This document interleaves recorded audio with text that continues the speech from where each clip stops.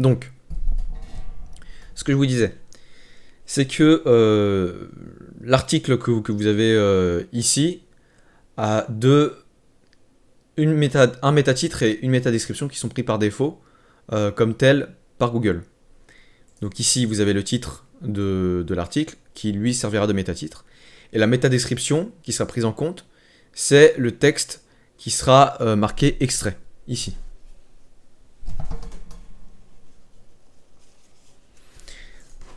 Ici. Donc, l'extrait que vous allez rédiger, qui est ici, sera pris en compte comme une métadescription. Or, vous n'avez pas de limitation de caractère, vous voyez, vous pouvez écrire ce que vous voulez. En fait, finalement, ça, c'est pas dédié au SEO. L'extrait, c'est une variable dans laquelle il vous invite à écrire un extrait de l'article, donc un aperçu, pour pouvoir l'indiquer sur la liste d'articles. Typiquement dans les blogs par défaut. Voilà. Alors, par défaut, il prend un début de l'article, mais si vous écrivez un extrait, par défaut, il va prendre cet extrait-là. Je vais vous donner un exemple. J'espère que ce thème me permet de... Enfin, on va lire l'extrait pour le coup.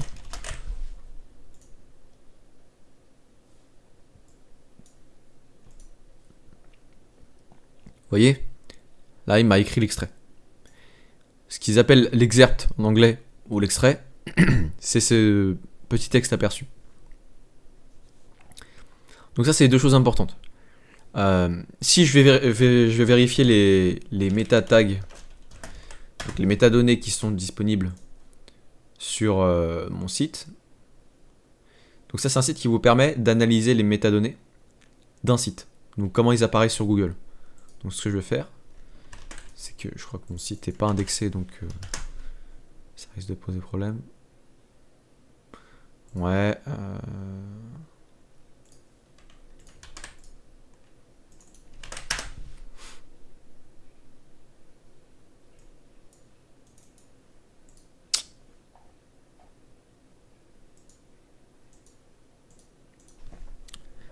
Bon, sur un site qui est bien indexé et qui... Enfin, je sais même pas... Enfin, quand je dis correctement indexé, c'est-à-dire regarder s'il est voilà, disponible sur les moteurs de recherche. Bon, moi j'ai désactivé l'indexation, donc je ne suis pas certain que ce soit pertinent ici. Je rappelle, hein, pour désactiver l'indexation, vous allez dans Réglages lecture, vous demandez au moteur de recherche de ne pas indexer ce site. Donc ça permet aux sites, surtout sur des sites de dev ou de test, de ne pas être vus par Google. Enfin bref, sur metatags.io, vous pouvez rentrer l'URL d'une page que vous voulez voir, et vous verrez donc toutes ces métadonnées, telles quelles affichées sur Google. Donc là, je peux vérifier que mon métatitre et ma métadescription soient correctes. Là, typiquement, ma métadescription, là, il n'y a rien. Mais normalement, vous avez donc l'extrait que vous avez mis ici, par défaut. Si je prends un article de Medium, si je prends un article de Medium, voilà.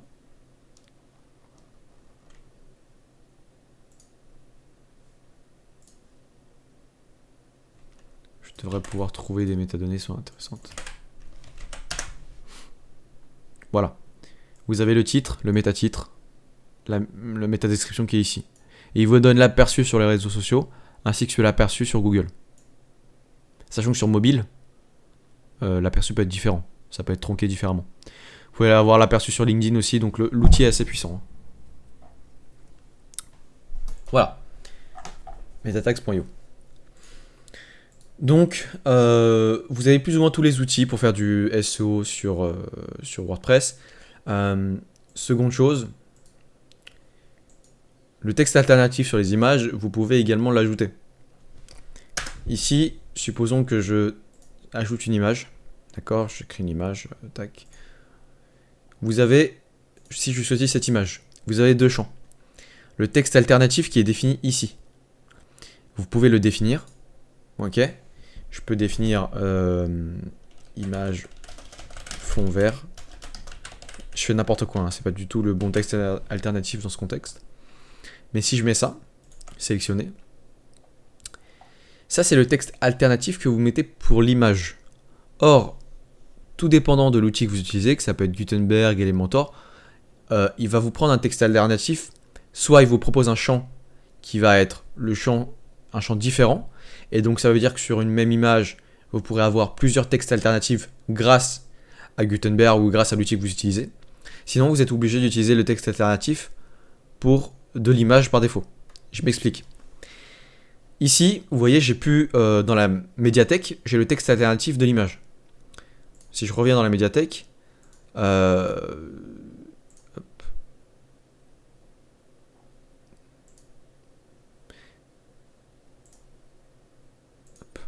si je reviens dans la médiathèque, je peux insérer un texte alternatif qui est propre à l'image. C'est-à-dire que peu importe où je vais l'utiliser, que ce soit sur cette page-là dans Gutenberg ou dans une autre page sur Elementor, ou peu importe, la mini-image que je vais insérer, elle aura ce texte alternatif-là. Or, avec Gutenberg, pour le coup, je peux changer individuellement le texte alternatif. Ici, si je mets autre chose, voilà, autre chose, le texte alternatif qui va être pris en compte, c'est celui-là. Ok ? Donc ça veut dire que si je duplique ça, je peux mettre la même image avec un autre texte alternatif ailleurs. Vous voyez la différence ? Or, il y a des outils qui ne permettent pas ça. Pour le coup, vous devez utiliser le texte alternatif qui est là. Donc ça veut dire que si vous insérez plusieurs fois cette image, vous allez devoir accepter le fait que le texte alternatif qui est ici, ce sera le même. Si vous voulez en avoir un différent, il faudra poster la même image sous un autre nom. Et là, vous aurez un texte alternatif différent. Mais il faudra poster 2 fois la même image. Mettre à jour. Je vais aller voir l'article. Paf. Ici, je vais clic droit. Je vais inspecter le code. Je ne sais pas si on vous a déjà montré ça. On vous l'a déjà montré ou pas ? Oui, pour voir le code source de la page. Ouais, Enfin, inspecter. Ouais. c'est ça. Donc, il y a certainement des outils qui vous montrent les méta tags, enfin les textes alternatifs d'une image. Vous pouvez certainement le faire avec d'autres outils qui extraient cette information. Mais pour le coup, là je vais regarder rapidement dans le code. J'ai l'image ici et j'ai bien mon texte alternatif que vous voyez, qui est vraiment, si j'arrive à zoomer, il y a Alt, vous voyez la balise Alt, enfin la propriété Alt avec marqué autre chose. Tout le monde voit ? Donc c'est bien le texte alternatif qui correspond à ce que j'ai mis tout à l'heure. Idem pour l'autre, si je fais ça. J'ai bien la suite de caractères aléatoires que j'ai mis, the, tout à l'heure pour le texte alternatif. Donc voilà. Ça c'est pour le texte alternatif du contenu qui est dans votre page. Donc globalement, tout ce qui est saisie de données, vous avez plus ou moins tout le nécessaire pour le référencement naturel. Or, on va aller plus loin, puisque il y a plein d'autres choses en fait pour le référencement naturel. Et pour aller plus loin et pour vous faciliter la tâche également, il y a des extensions. Et nous, on va télécharger une extension qui s'appelle Yoast SEO. Vous en avez déjà entendu parler ? Tu nous avais déjà dit de le télécharger, il me semble. Oui, vous nous aviez dit de l'installer et moi je l'ai installé déjà. Je l'ai Yoast, installé en même temps que Elementor. Après, c'est bien que tu le redises si jamais on avait d'accord. oublié. Bon, dans ce cas, on installe Yoast SEO. Vous avez également d'autres outils comme Rank Math, comme WordPress SEO, SEO Press. Il y en a plein d'autres, je les connais pas tous. Rank Math et Yoast SEO, c'est les plus connus. On va travailler avec Yoast. Donc, cet outil, il va vous permettre en fait d'aller plus loin dans les SEO et d'accéder aux fichiers un peu avancés de votre référencement naturel. Et il va vous donner des indications aussi sur la qualité de votre SEO. Donc c'est ça qui est bien. Alors on va tout de suite aller dans Réglages. Donc en dessous de Réglages, vous avez les réglages généraux de Yoast SEO. Donc là, ce que vous pouvez faire, c'est lancer l'assistant de configuration de Yoast. Et là, il va vous faire parcourir en fait tous les points clés de votre site. Donc, il suffit de répondre aux questions. C'est des questions qui sont plutôt simples et simplement formulées. Est-ce que votre site est en construction et ne devrait pas être indexé? Option B, oui. Vous, pour le coup, votre option sera B pour l'instant, mais A à un moment donné. Que représente le site? Là, vous dites à quoi il représente. Je vais mettre un portfolio. Votre site représente-t-il une personne ou une organisation? Donc, est-ce que c'est vous? Est-ce que c'est un blog personnel, par exemple? Ou est-ce que c'est une société? Ici, on peut choisir le nom de l'organisation, l'image, l'URL, enfin les réseaux sociaux, le logo, etc., etc. On va faire suivant. Visibilité dans les moteurs de recherche. Là, vous pouvez afficher ce que vous choisissez d'afficher. Les moteurs de recherche doivent afficher les articles. Pour tout ce qui est articles, c'est tous les articles de blog.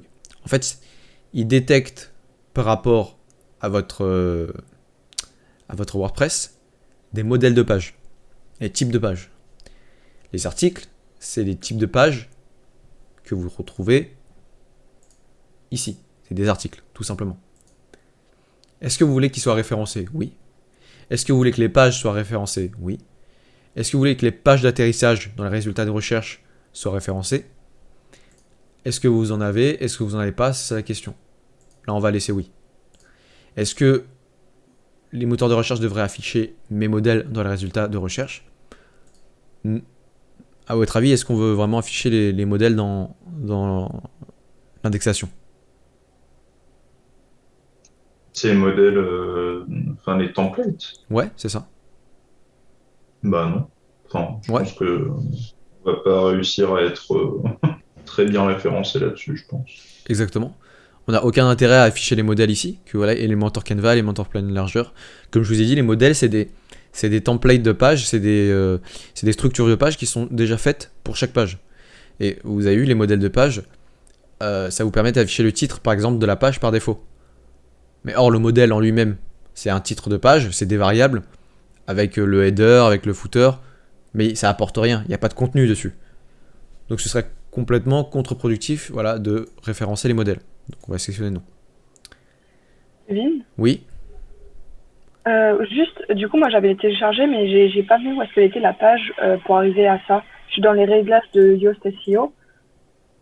tu dois aller dans Yoast SEO, réglages généraux, Ouais, et ensuite tu cliques ouais. sur l'assistant de configuration SEO, avec la dame qui Ok, fait coucou. ok, super, merci. Votre site A aura plusieurs articles, auteurs et autrices, vous dites oui ou non. Vous répondez à la question.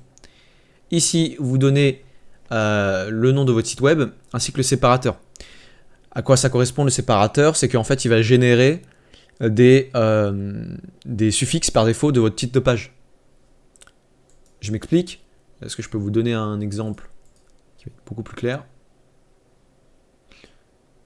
Voilà, par exemple ici, sur metatags.io, vous avez un préfixe qui vous permet de vous donner le titre de votre site à chaque fois, à chaque page.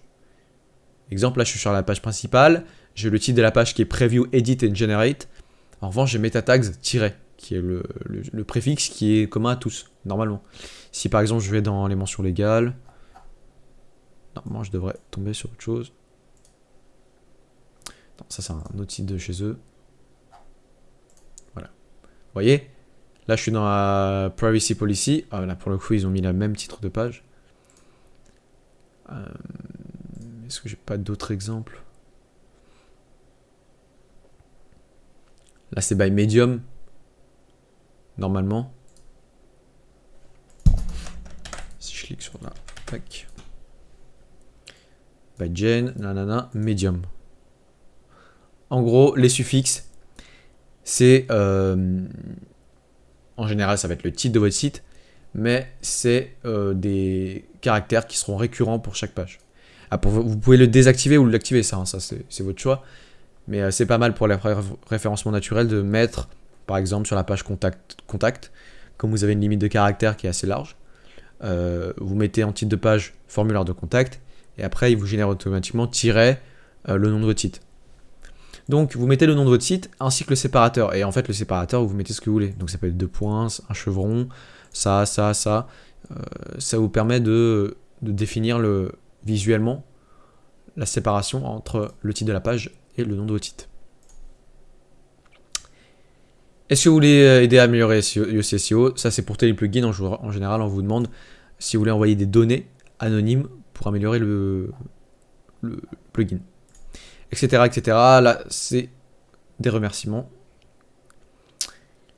Ensuite vous avez donc votre SEO qui est configuré de manière générale pour l'instant.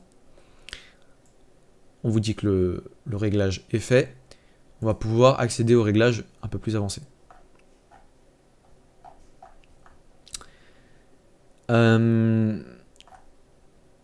Vous avez ici donc dans réglages SEO tous les réglages. Alors moi j'étais dans réglages généraux. Si on veut terminer dans réglages généraux, vous pouvez aller dans fonctionnalités et vous avez également d'autres options. Alors en termes SEO, je les connais pas tous par cœur, mais il y a des options principales qui sont plutôt connues. Cornerstone, typiquement, vous voyez, ça me dit rien. Ah oui, c'est les contenus piliers. D'accord. De toute façon, vous avez des indications avec des articles et il vous explique globalement ce que c'est. Le contenu Cornerstone, ça correspond au contenu pilier. Si vous l'avez vu en rédaction web ou alors en SEO, contenu pilier, contenu cluster, pilar, ouais c'est ça, pilar cluster. Donc là, il vous donne des indications sur cette arborescence-là.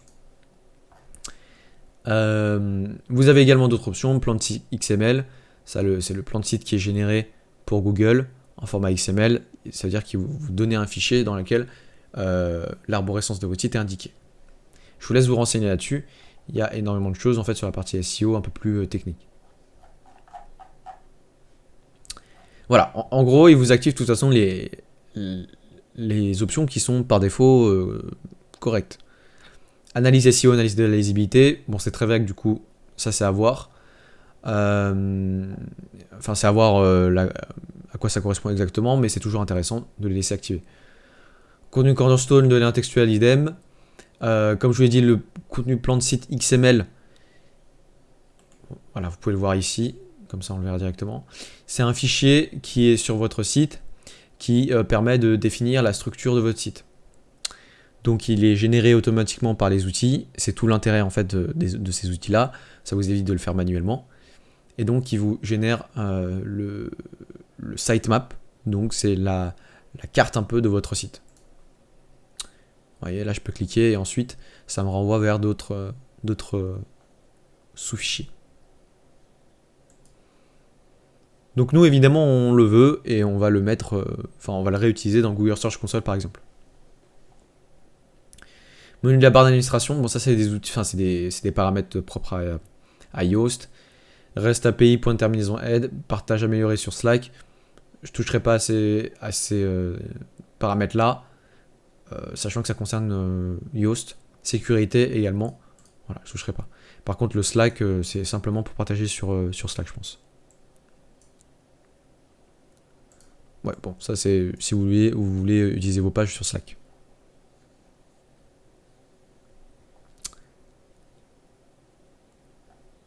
Voilà.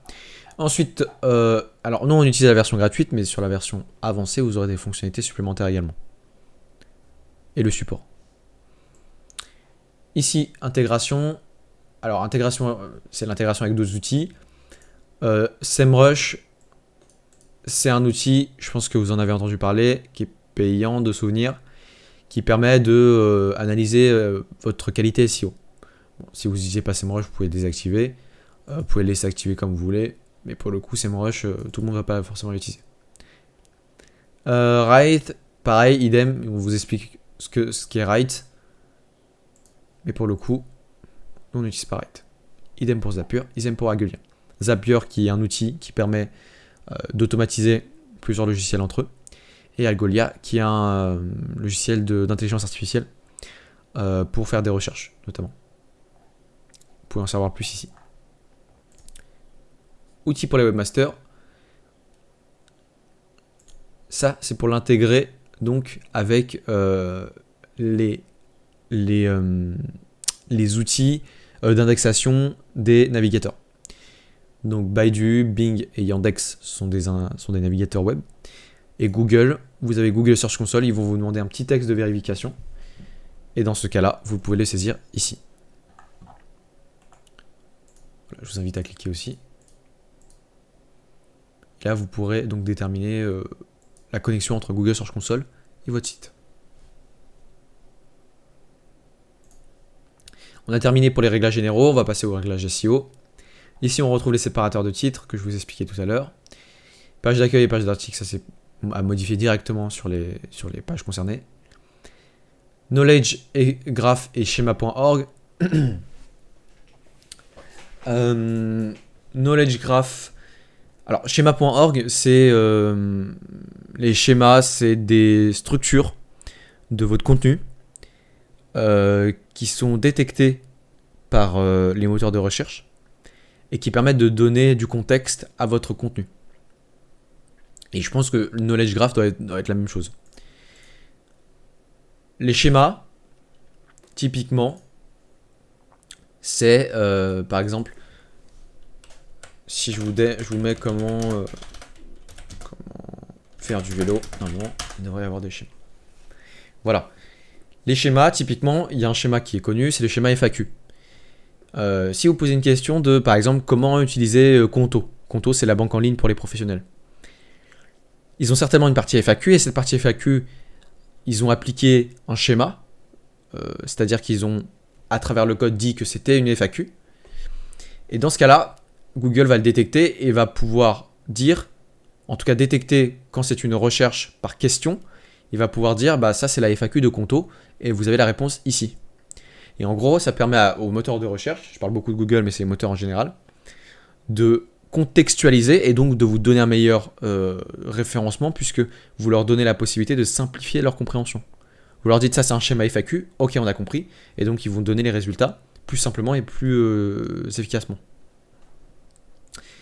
Donc là, typiquement comment faire du vélo, vous avez ces nouveaux menus déroulants qui n'étaient pas avant dans les anciennes versions de Google, mais comme l'algorithme s'améliore, vous voyez, il détecte automatiquement les questions et il peut vous donner des réponses ici.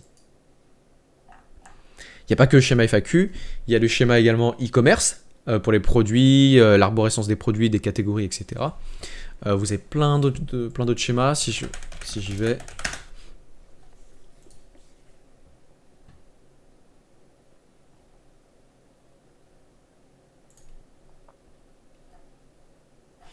Voilà, c'est ce type de code-là que vous auriez. Vous pouvez également créer des schémas pour les... ça c'est un bon exemple pour les auteurs de films. Par exemple, si vous indexez et vous référencez plusieurs films, vous pouvez mettre des schémas où vous indiquez l'auteur du film, la date, etc. Voilà, vous avez énormément d'indications. Ça fait beaucoup de choses à voir, mais finalement, vous toucherez très peu au code. C'est justement l'intérêt de Yoast SEO. Est-ce que je peux vous donner d'autres types de schémas ? Vous avez les schémas plus classiques, oui, effectivement, avec les événements. Tout ce qui est articles sur la santé. Les organisations. Donc, ce qui s'appelle organisation, c'est le business, c'est-à-dire le nom, le numéro de siret, par exemple, le numéro de taxe, des choses comme ça. Le logo aussi.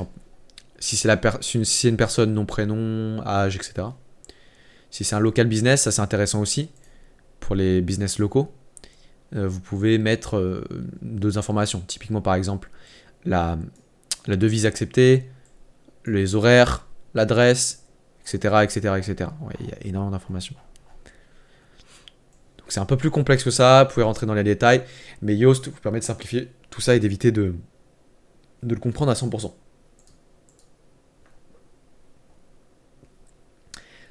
Ce qui est juste important, c'est de remplir les informations qui vous sont demandées. Voilà. Et quand on revient sur les business locaux, comme il y a plus d'informations, vous pouvez accéder avec Yoast Premium, en tout cas la version Premium, à l'extension Local SEO qui vous permet de donner plus d'informations sur le schéma quand vous avez un business local. On va passer sur type de publication. Donc là, est-ce que vous voulez activer ou non les articles à référencer sur le web?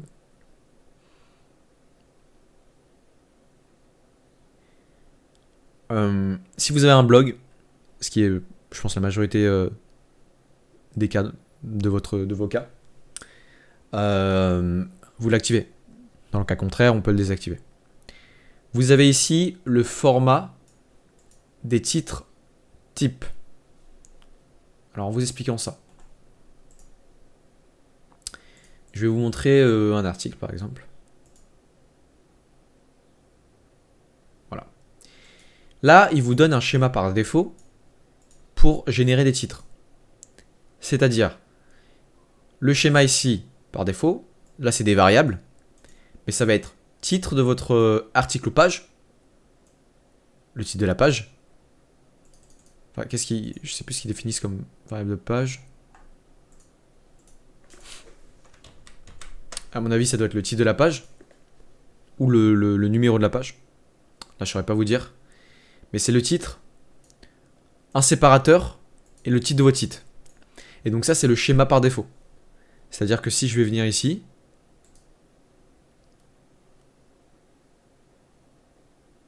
ouais, pardon. Si je vais venir ici, tac.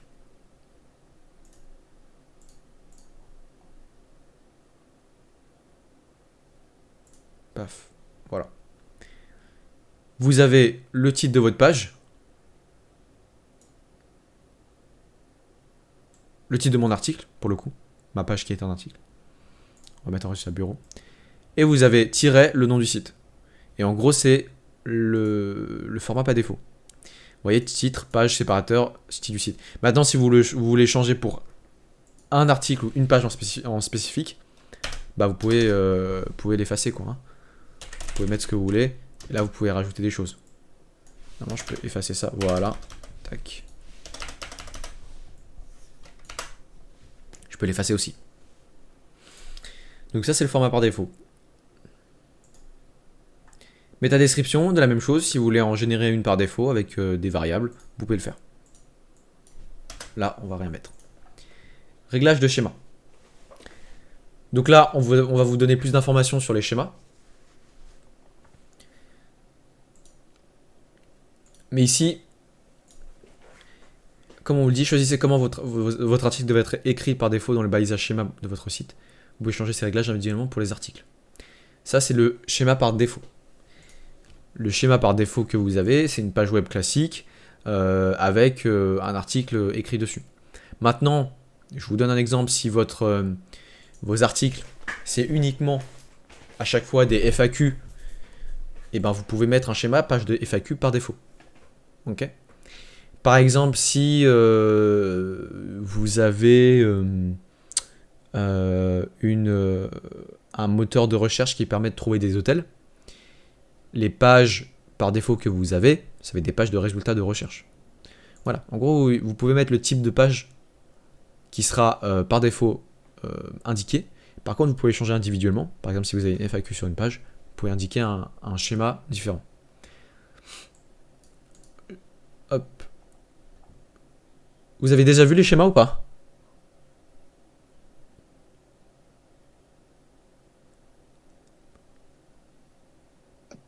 Pas que Non. je sache. Non. Ça me dit rien, moi. Ça me dit rien, moi non plus. D'accord. Jusqu'à vous pourrez voir des détails sur soit Yoast, soit d'autres informations sur les schémas si ça vous intéresse, sur la partie technique. Type par défaut des articles, idem. Là, vous pouvez mettre des types de schémas. Donc, pardon, là je parlais des pages, du coup pas du tout des articles. Donc j'insiste, hein, c'était le format des pages par défaut. Donc ça peut être des pages FAQ, des pages à propos, etc. Pour les articles, vous avez différents articles. Là, ils vous en proposent différents types de schémas. Ça, c'est marrant, ils proposent articles satiriques. Mais vous pouvez avoir des articles d'actualité, des publications de réseaux sociaux, etc., etc. Nous, par défaut, on laisse article tout court.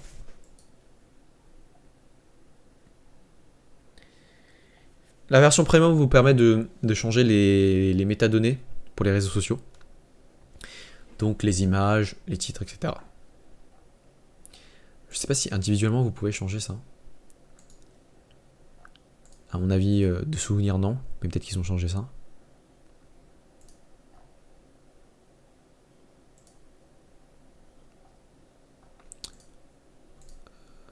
Aperçu Facebook, voilà.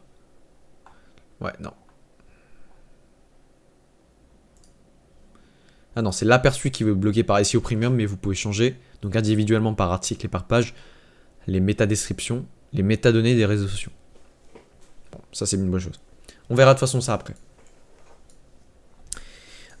Page. Ici vous avez les mêmes paramètres que les articles, mais cette fois pour les pages. Voilà, idem, vous voyez. Pareil pour les pages d'atterrissage. Les pages d'atterrissage, ça va être les landing pages. Alors, ne pas afficher les pages d'atterrissage dans le résultat de l'application. Bon, pareil. Ça, c'est à voir si vous avez des pages d'atterrissage ou pas. Alors, les landing pages, c'est des pages qui vont s'adresser à des fins marketing. Donc, en général, quand vous faites des publicités, une landing page, ça permet de convertir en général un prospect. Donc, si vous n'en avez pas, ou si vous ne savez pas ce que c'est dans l'immédiat, c'est que ça ne vous concerne pas. Mes modèles, Elementor Library, en fait, ils détectent automatiquement que les types de pages que vous avez dans votre site. Or, un type de page qui nous sert techniquement, qui sont les modèles, bah, il sera détecté par Yoast. Mais nous, on ne veut pas qu'ils soient référencés. Ça n'a aucun intérêt. Hop, ça, c'est les paramètres qu'on a déjà vus. Ensuite, médias. Rediriger les URL des fichiers joints aux médias.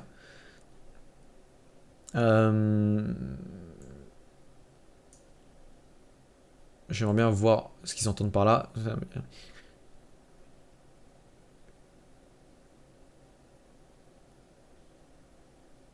Lorsque vous téléchargez un média dans WordPress, je ne sais pas s'il parle de l'URL.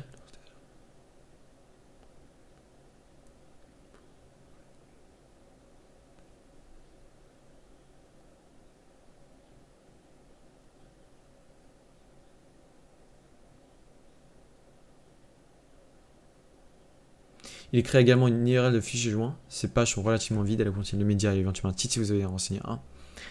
C'est pour cette raison que si vous n'utilisez pas de fichier joint, il vaut mieux les désactiver et les rediriger vers le média.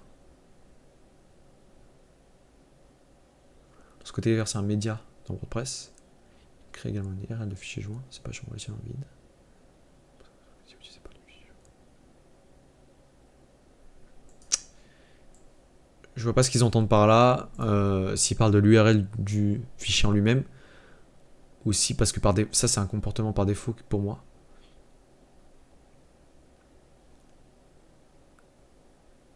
Est-ce que c'est pas ils indexent, enfin en tout cas ils analysent la photo comme un lien supplémentaire à l'article par exemple. Quand on ouvre l'image dans un nouvel onglet, ça crée une nouvelle URL. URL, pardon. Ouais, à mon avis, enfin oui, ça c'est, mais ça pour moi c'est un comportement par défaut. Je vois pas pourquoi on pourrait le désactiver.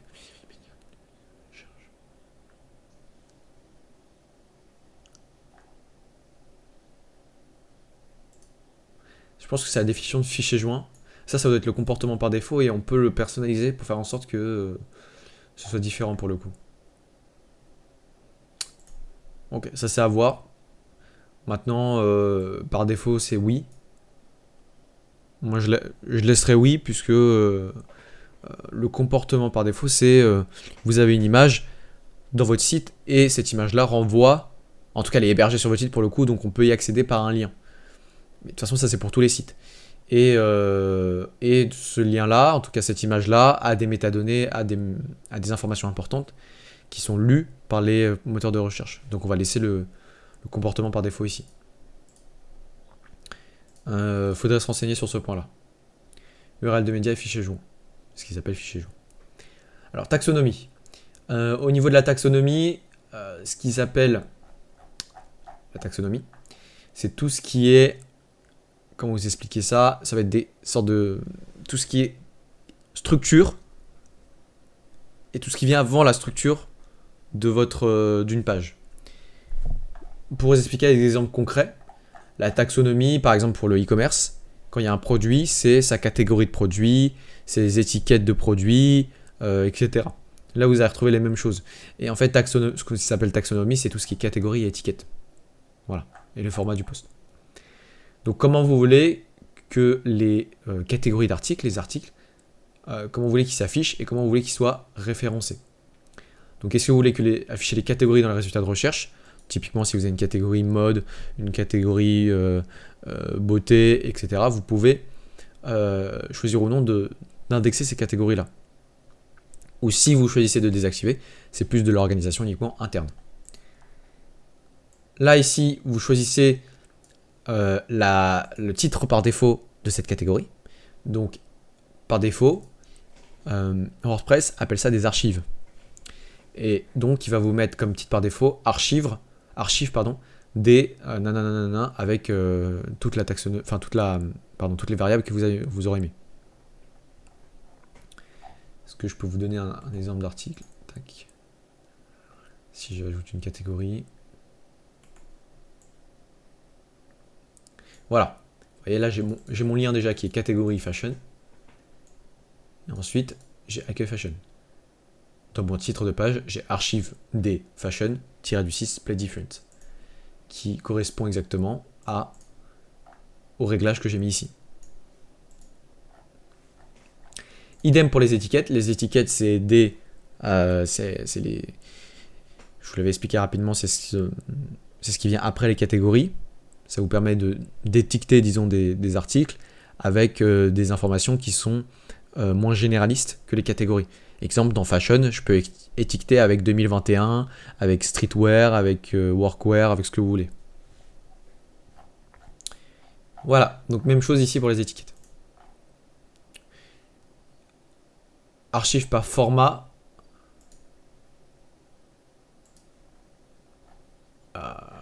Qu'est-ce qu'ils appellent le format en français?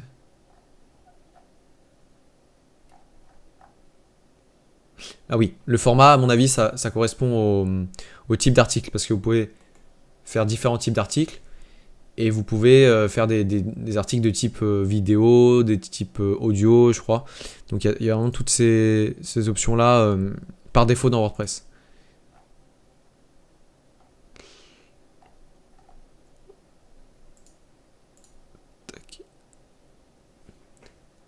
Ça, ce serait à voir. À creuser si ça vous intéresse, mais sinon, c'est des paramètres qui peuvent être laissés par défaut. URL et catégories, si vous pouvez le supprimer, le conserver. Si vous le supprimez, c'est-à-dire que là, ça va vous supprimer du coup le nom de la catégorie, et vous aurez directement le nom de l'article, si c'est bien ça, je confirme. Ok. Non, il vous retire le préfixe qui est ici. Donc catégorie ou pour étiquette, ça pourrait être label, quelque chose comme ça. Mais ça vous retire du coup cette partie catégorie là, ce préfixe là. Vous pouvez conserver ou le supprimer. On va choisir de le supprimer. Faites attention à ce paramètre là. Ne le changez pas tous les 4 matins parce que ça change les URL.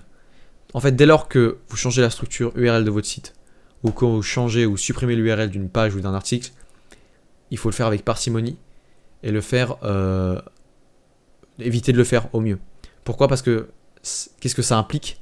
Ça implique que tous les gens, c'est-à-dire que toutes les fois où vous avez posté sur les réseaux sociaux et que les gens ont accédé à tel ou tel site, ça se trouve, il y en a qui ont enregistré ce lien-là. Sur les réseaux sociaux, vous avez été référencé, enfin votre site a été référencé sur telle ou telle URL.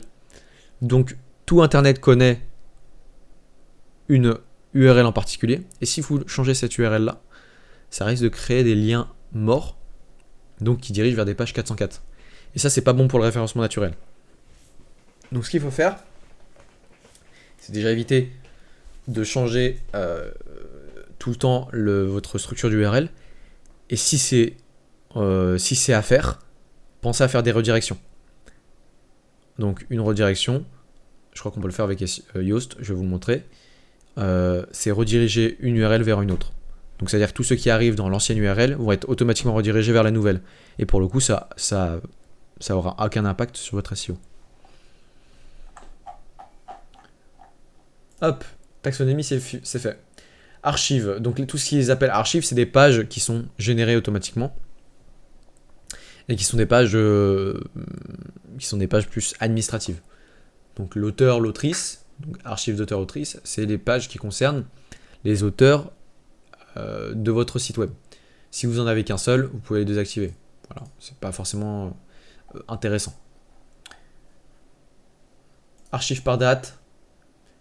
Ça c'est les archives que vous allez sectionner parce qu'en fait ils sont rangés, tous vos articles sont rangés par date, par année, et donc là ici vous pouvez accéder aux archives en mettant dans l'URL la date par exemple. En tout cas si le tri de vos articles sont faits ainsi. C'est pas très intéressant pour nous globalement de toute façon. Vous pouvez le désactiver ou l'activer. Ici, nous, on va choisir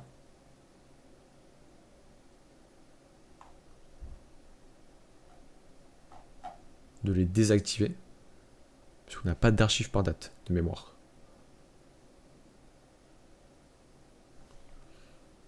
Si je clique ici,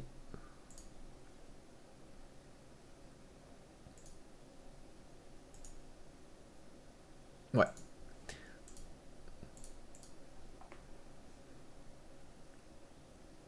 Ok, alors si je fais par exemple 2021, est-ce que j'ai quelque chose? Ouais, j'ai quelque chose. Si je fais ça, ok. Donc vous voyez, par défaut, il vous donne, vous pouvez accéder aux archives par date. Donc ici, quand je clique sur un article, j'ai pas cette question de date dans l'URL parce que j'ai paramétré tel quel. En revanche, vous pouvez avoir une URL qui est sous format date et donc il va vous donner automatiquement la date / 12 décembre, enfin peu importe, et après vous aurez le nom de l'article. Donc nous ça ne nous intéresse pas puisque on ne veut pas l'utiliser tel quel. Donc je vous fais une parenthèse, quand vous allez dans réglage permanent, c'est là où vous aurez ces paramètres là. Donc quel réglage de permanent vous voulez, donc quel type, quelle structure d'URL vous voulez. Est-ce que vous voulez des articles par date et titre, ici comme ici, et là vous voyez vous pouvez sélectionner et ça vous donne par date, donc 2021, septembre, 14 septembre, et le nom de l'article. Or nous, comme structure d'URL, on a directement le titre de la publication, donc ces archives par date ne nous concernent pas, on ne va pas les utiliser. Page spéciale, ça c'est les pages 404 et les pages de résultats de recherche. La page 404 c'est la page sur laquelle les utilisateurs vont arriver si vous avez une URL qui est morte.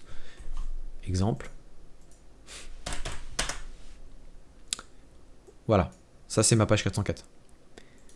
Votre page de recherche, c'est si vous avez ajouté un module de recherche dans votre site, par exemple ici. Ça va vous donner un résultat de recherche et ça typiquement, tu vois, vous voyez cette page de résultat de recherche, et ben vous pouvez modifier son titre ici. Voilà, c'est les deux pages spéciales. Fil d'Ariane. Donc le fil d'Ariane, c'est tout ce qui concerne cette partie-là, vous voyez, c'est ce qu'on appelle fil d'Ariane, ou breadcrumb en anglais. Ça vous permet aux utilisateurs de se retrouver dans le site. Et ça donne aussi un point d'ancrage pour le référencement naturel. Ça de mémoire, je ne sais plus si c'est un impact majeur ou mineur sur le référencement naturel. Maintenant, c'est pas systématique. Je le mets pas sur tous les sites.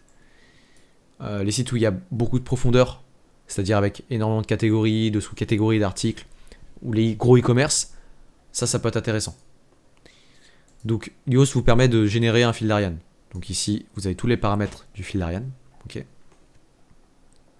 ça, c'est tout le texte. Ici, vous avez des paramètres secondaires pour mettre en gras ou pas. Ça, c'est la stylisation.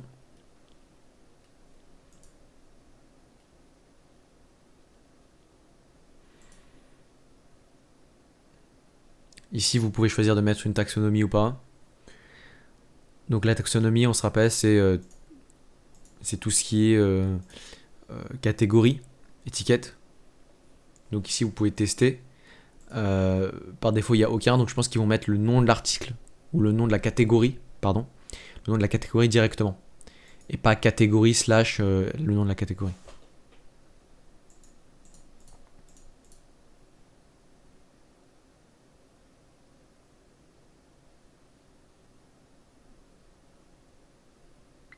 Ah non, où ils vous permettent d'afficher la catégorie et l'étiquette avant, dans le fil d'Ariane. Donc d'avoir par exemple, si je fais ça, au lieu d'avoir Play Different, vous aurez accueil, le nom de la catégorie et Play Different. Voilà. Donc par défaut, c'est OK. Ça, c'est à tester de toute façon. Archives de type de contenu à afficher pour les taxonomies. De type de contenu affiché dans le fil d'Ariane pour les taxonomies. Blog.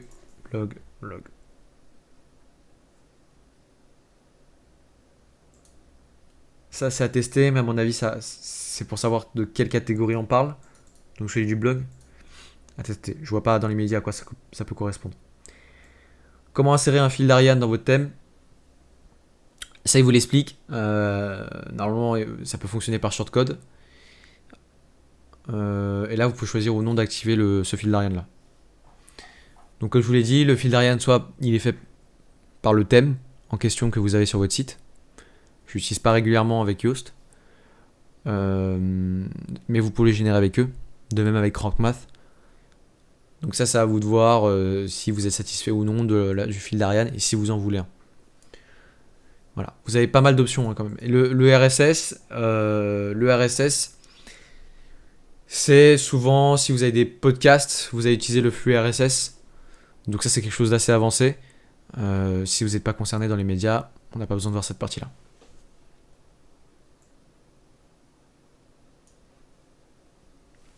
Oui, il y a pas mal d'options et ça évolue avec le temps.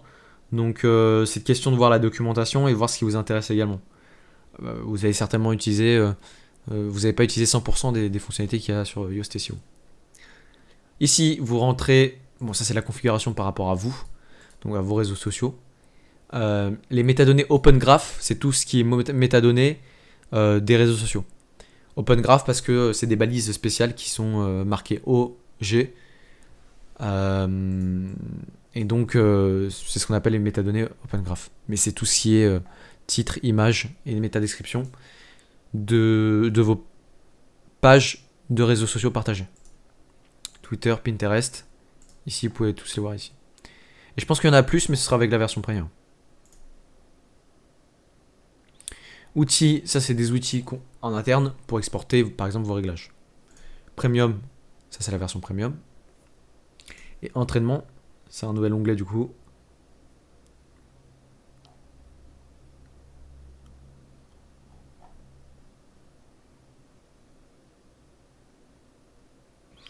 D'accord. Ça c'est nouveau et ils vous permettent de donner des... Ils vous guident dans votre configuration SEO.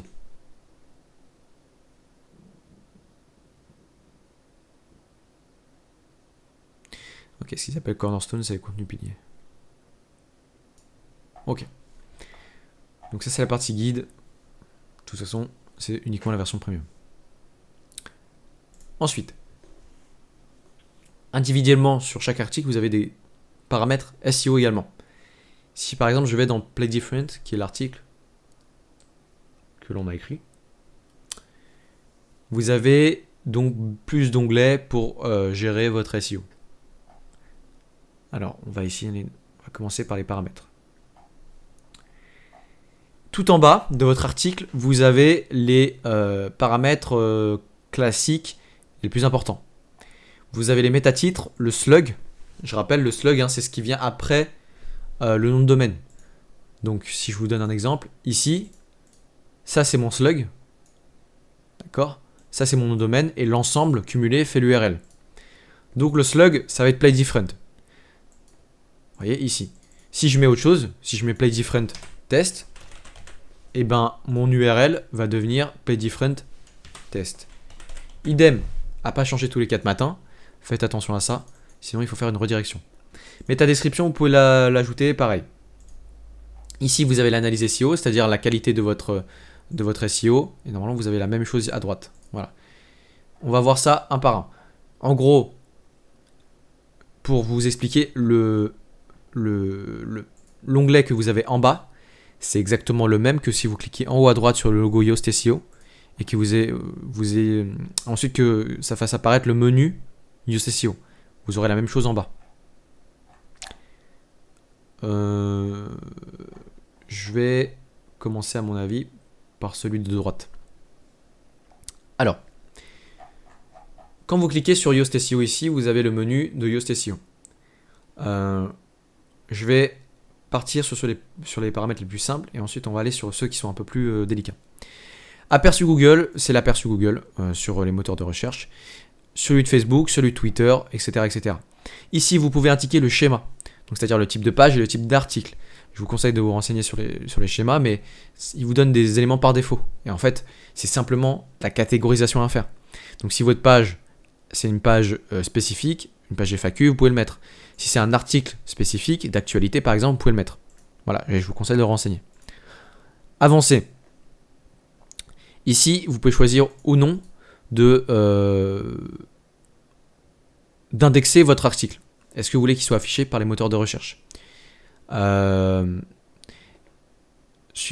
que vous souhaitez que les liens en interne de ce site-là, est-ce que vous souhaitez qu'il soit indexé également ? C'est-à-dire tout le contenu, tous les liens, le maillage interne qu'il y a dans votre article. Vous avez un article de Yoast qui vous permet de donner plus d'informations.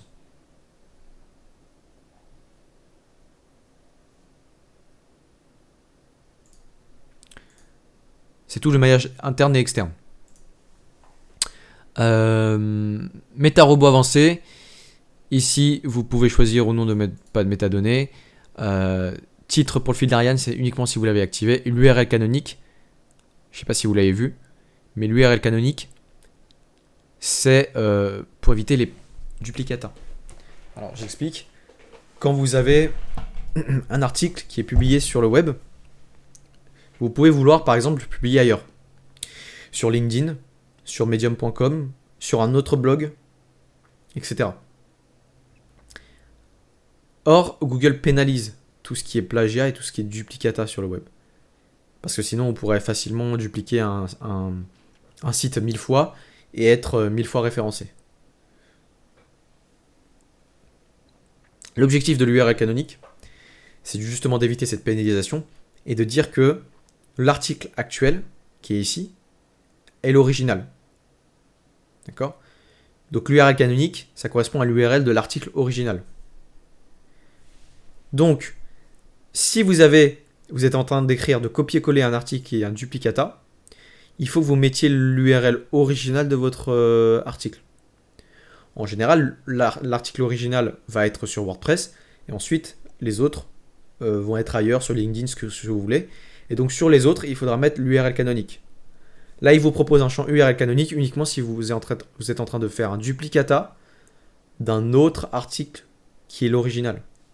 Ok ? Vous avez plus d'infos sur l'URL canonique ici.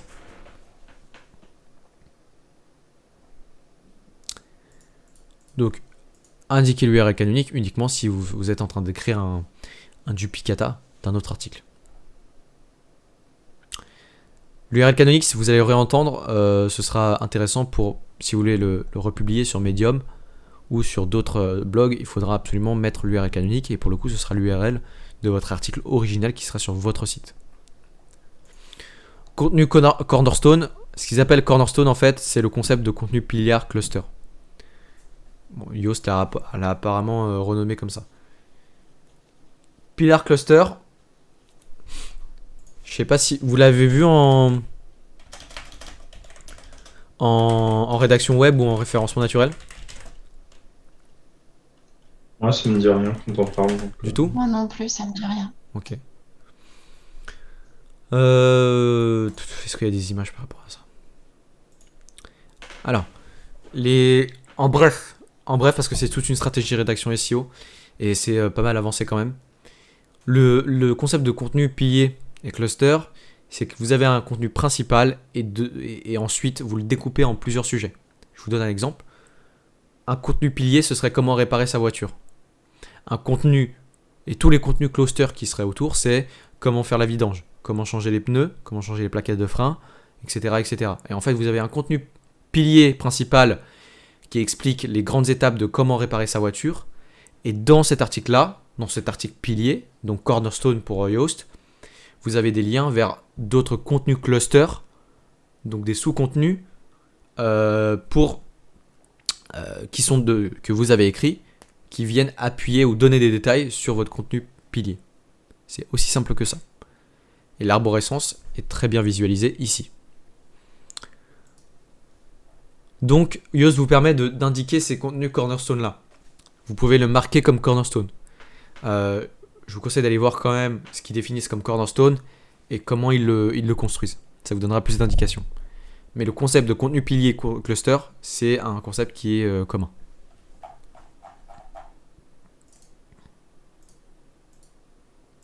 Ok, j'ai fait le tour pour les paramètres secondaires. Alors, vous avez ici un outil qui vous permet de détecter la qualité SEO de votre site. Par exemple, je mets une requête cible. Par exemple, j'écris jeu vidéo, test, phrase longue. Je vais mettre un H2 ici. Pardon, un H2 ici.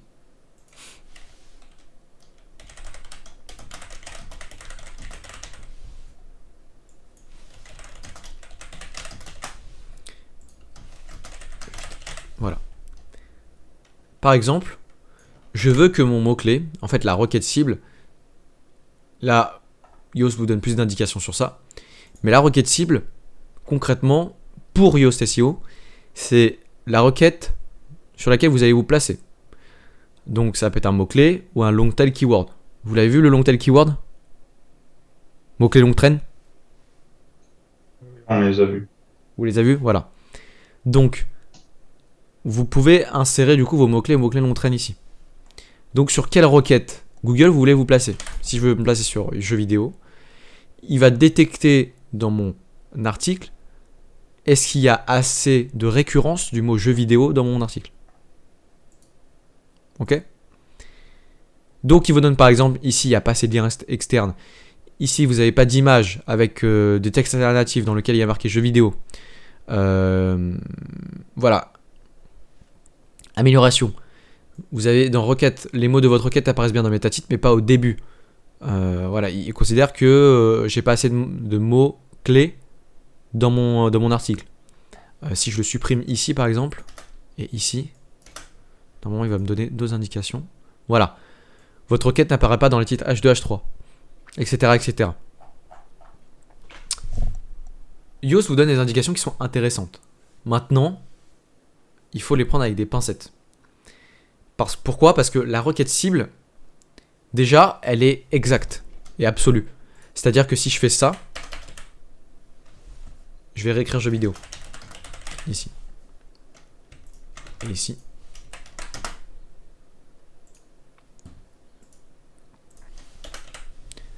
Là, j'ai un score SEO qui est plutôt... il est plutôt correct avec 2 améliorations et 5 problèmes.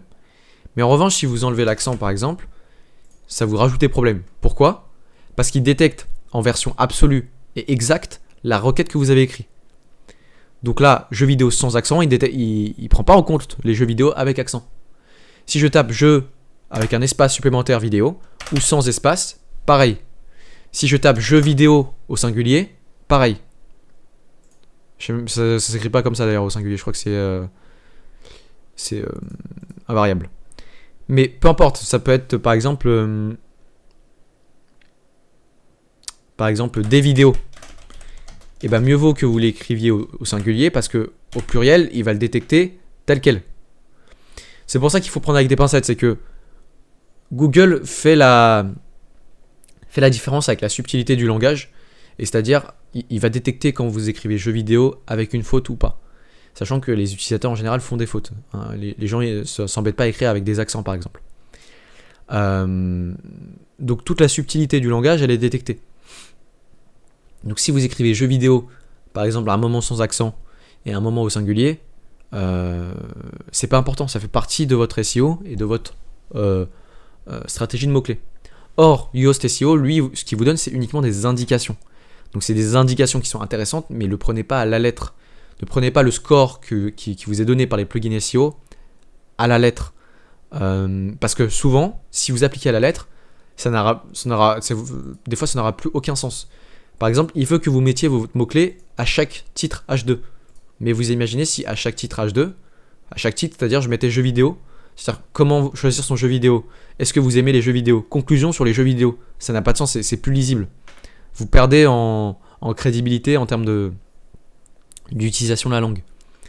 Donc c'est ça en fait la stratégie SEO, c'est que vous ne pouvez pas utiliser Yoast comme outil de remplacement de vos compétences et de votre analyse SEO.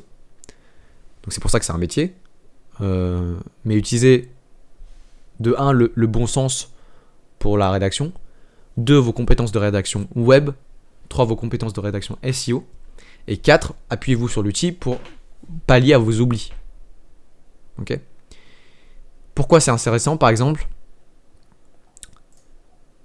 ici il vous dit que vous n'avez pas ces liens externes. C'est vrai que c'est un indicateur intéressant. Sur la partie SEO, beaucoup recommandent de mettre des liens externes. Idem pour les images, de mettre des images. D'avoir un maillage interne, c'est-à-dire des liens en interne, c'est-à-dire des liens pointant vers des articles que vous avez écrits dans votre site. C'est aussi intéressant. Requête dans l'introduction, tous les problèmes relevant de la requête cible, pareil, à prendre avec des pincettes. Mais ça vous donne une indication de où sont placés vos mots-clés. La longueur de la métadescription, ça c'est aussi un bon conseil, puisque la longueur est importante. Les requêtes au niveau des H2, H3, pareil, à prendre avec des pincettes. La longueur du contenu, c'est aussi une bonne indication, mais, je mettrai un mais, parce que vous pouvez très bien avoir des articles à 2000 caractères, comme à 500 caractères. Ça dépend du type de blog que vous avez.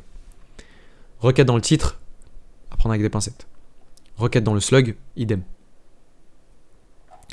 Etc., etc. Vous avez également, et c'est l'outil qui me pose le plus problème aujourd'hui, c'est l'analyse de la lisibilité. Là, ce sera encore moins pertinent que les autres indicateurs que vous a donné Yoast. Pour les mots-clés, c'est binaire, c'est-à-dire qu'il détecte ou pas vos mots-clés dans vos titres. En revanche, pour l'analyse de la lisibilité, ils le font, alors ça c'est nouveau, ils le développent petit à petit, mais ils le font avec leur algorithme. Ok ? Donc là, ils détectent si oui ou non, par exemple, ils vous donnent un indicateur flèche. Ça, c'est un indicateur qu'ils ont choisi d'utiliser, qui est un score qui vous permet de calculer la lisibilité de votre texte. Je vous recommande d'aller voir les critères, mais c'est des critères qui restent assez subjectifs. La voix passive, il détecte si oui ou non vous utilisez la voix passive dans votre site, dans votre article, parce qu'il recommande d'utiliser la voix passive. D'utiliser aussi des phrases consécutives et d'utiliser aussi des mots de transition. Mais or, tous ces indicateurs-là, c'est des indicateurs qui sont subjectifs et faits par un algorithme, un ordinateur. Donc forcément, ça ne prendra pas en compte la subtilité de la langue. Or, le français, c'est une langue qui est complexe. Yoast est développé en français, mais ils n'ont pas forcément la maîtrise de leur algorithme à 100% de toute la subtilité de la langue française. Donc, vous pouvez écrire comme un ordinateur et mettre des phrases consécutives et des mots de transition qui sont dans la base de données de Yoast SEO. Mais dès lors que vous allez utiliser des mots un peu plus complexes ou alors que vous allez utiliser des tournants de phrases qui correspondent à votre type d'écriture, qui sort un peu des sentiers battus et que vous écrivez pas comme un robot sans originalité, et dans ce cas-là, Yoast va vous détecter et va dire certainement vous avez une mauvaise lisibilité, vous n'avez pas de mots de transition, etc. Mais ce ne sera pas forcément pertinent parce que les mots de transition que lui il détecte, peut-être que c'est des mots de transition qui ne sont même pas dans sa base de données. D'accord ? Il y avait même un indicateur, je ne sais plus si c'était avec Yoast ou RankMath, qui demandait d'utiliser des mots originaux. Mais qu'est-ce que ça veut dire des mots originaux ? surtout avec des algorithmes qui sont ultra binaires, comment vous pouvez détecter des mots qui sont originaux ou pas dans la langue française. Vous voyez la complexité un peu du sujet. Donc, je me fierai pas aux outils d'analyse de votre texte. Si vous écrivez en anglais, ça peut être pertinent. Puisque l'anglais, c'est une langue un peu plus simple, avec des mots plus simples également. Et en plus, c'est développé à la base en anglais. Donc, il y aura plus de puissance dessus. Mais en français, je le suivrai pas. À votre place. Voilà. C'est ok pour vous pour ça? Ouais, c'est clair. Ok. Ok. Les variantes, ça doit être des variantes SEO pour faire des tests AB.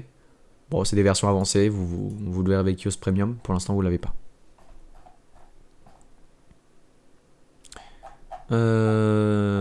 Quoi d'autre? Ça c'est bon, ça c'est bon, ça c'est bon. Voilà. Ça c'est tous les paramètres Yoast. Je reviens, je fais une parenthèse sur les métatitres. Vous voyez ici, vous pouvez sélectionner le type de balise, hein, comme vous avez vu au référencement naturel. H2, H3, H4. Donc ce sera à faire aussi quand vous allez rédiger vos articles.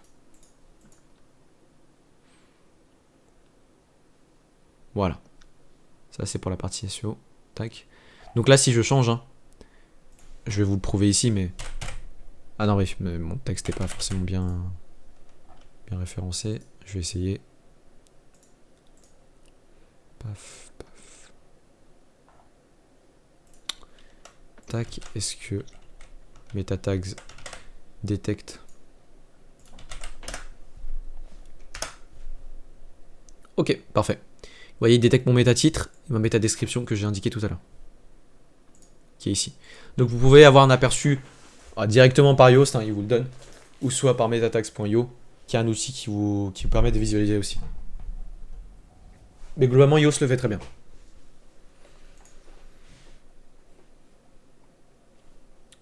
Hop. Idem, vous avez la même chose pour les pages et pas pour les articles.